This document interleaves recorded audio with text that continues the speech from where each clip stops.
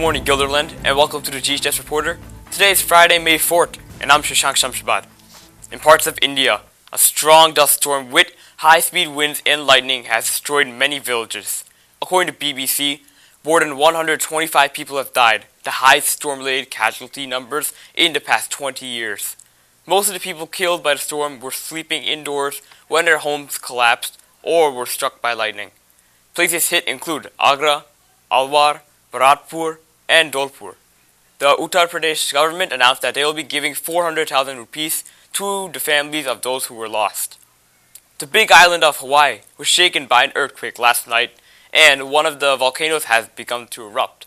According to NBC News, 1,500 residents of the big island were forced to evacuate when a crack in the ground of the Lani neighborhood began to open and leak lava. The drone footage that you see here was taken yesterday afternoon and is available from a user called Breaking Disaster on YouTube. What would May the 4th be without some kind of Star Wars reference? In honor of that date, here's Haydn with a brief look at Episode 8. Hi, and welcome back to another edition of Haydn's Reviews, the show where I give the honest thoughts on the films I see, and I am your host, Haydn Elmore. Happy May the 4th, ladies and gentlemen, and I thought what better way to celebrate this day than reviewing a special Star Wars film that came out last year, and one that I briefly discussed in my top 10 best films of 2017 list. That film being Episode 8, The Last Jedi, written and directed by Rian Johnson. The film follows upon a lot of plot lines, including Rey discovering more of her powers and how it's strengthening within the Force, Luke Skywalker being unsure of the situation with Rey controlling her powers, and the Resistance preparing to do battle within the First Order.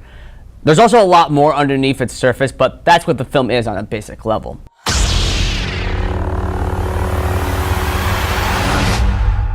Since it was released, the film was largely divided by many Star Wars fans alike, with some loving it, some hating it, and some thinking it was okay. Well, in my opinion, not only do I think this is a fantastic film on a whole, but it is also the best, most emotionally engaging, and most thematically complex Star Wars film since Empire Strikes Back. Let the past die. Kill it. If you have to. That's the only way to become what you were meant to be. It's a film that destructs its characters, mainly with Rey, Kylo, and Luke, and it gives them a sense of conflict between good and evil that triggers within their mortality and within the sense of the Force coming within that takes them into emotional struggles and personal journeys that will take them into directions that the other Star Wars films wouldn't go to in the past. But it never loses its sense of what it really is in the first place.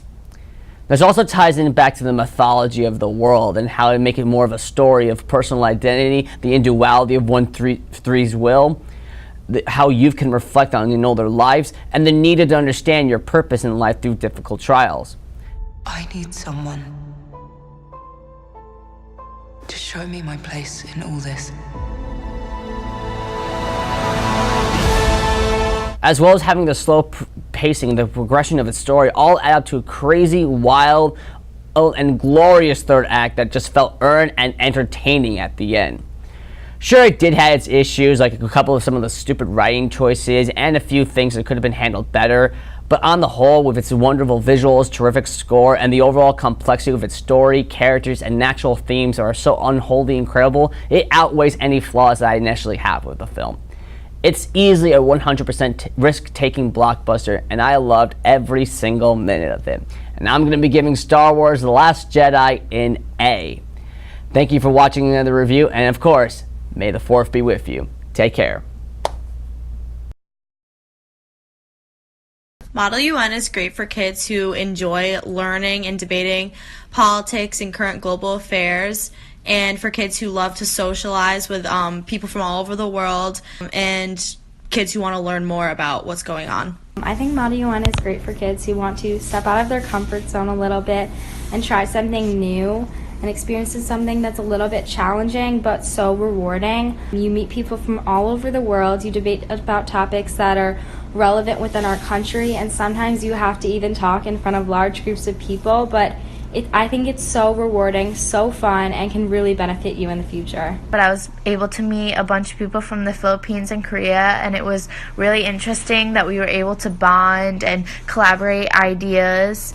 And it's very inclusive, a lot of hands-on, it's very interactive, and that's why I like it a lot. It is really a club where it's a lot of fun to get involved and speak out. But I really recommend that it's just a good club just to try, because you get new experiences, you get to meet people, and in all, it's just awesome. That's all for the GHS Report today. Remember to find today's announcements online and on Twitter at GHS Announcement. I'm Shashank Shamshabad. Today's a D-Day. Have a great day.